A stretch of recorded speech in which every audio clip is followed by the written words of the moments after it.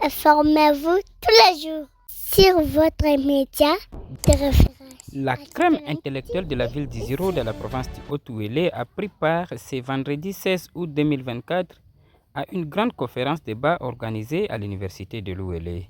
Le thème retenu pour cette conférence est, je cite, « Attractivité aux investissements du Haut-Ouélé, compétitivité des entreprises, sources de développement intégré ». Dans son exposé, le conférencier du jour, Maître Timothée Kamanga, a brossé tout petit peu certaines difficultés qui bloquent les investisseurs à bien investir dans la province du Haut-Ouélé. Il est dans cet extrait, choisi par la rédaction centrale de votre télévision numérique, Anti-Polémique Télévision. Pas de frais de fonctionnement pour installer et faire fonctionner le guichet unique sur toute l'étendue de la République. Mais il y a une expérience du Lualaba. Les Lualaba avaient un guichet unique. Suite au manque de frais de fonctionnement, ce guichet unique a voulu fermer les portes. Mais le gouvernement provincial du Lualaba a pris en charge le frais des loyers du guichet unique et verse au guichet unique un frais minimum de fonctionnement mensuellement. Pourquoi? Parce que ce gouvernement provincial connaît l'utilité d'avoir le guichet unique dans son entité.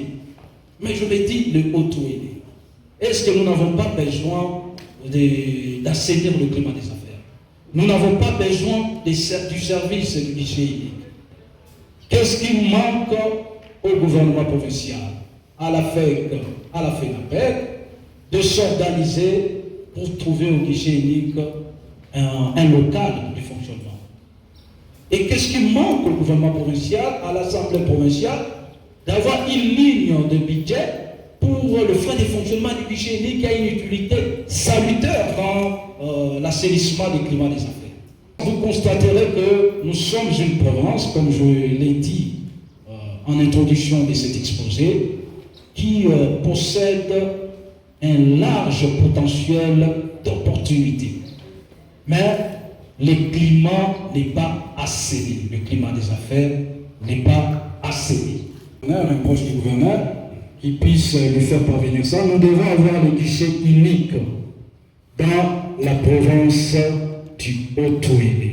Je parlais de lenteur de l'administration. Tracasserie, corruption, n'en parlons plus.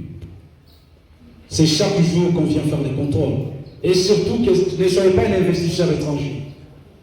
Vous aurez une tracasserie du matin au soir. Et le contrôle administratif, comme nous l'avons dit, pour le contrôle fiscal, il est ininterrompu. C'est chaque jour.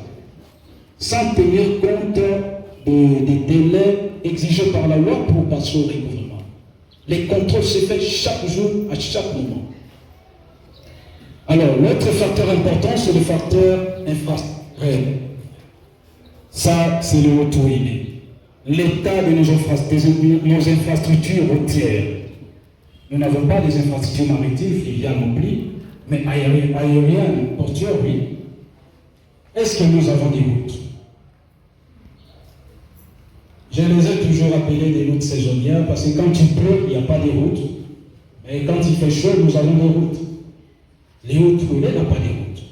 Et comment parler de l'assainissement du climat des affaires sans que nous ayons des routes? Pour accéder au Haut-Ouélé, il faudrait que par voie routière, rarement par voie aéroportière. C'est par voie routière, nous n'avons pas la voie ferroviaire.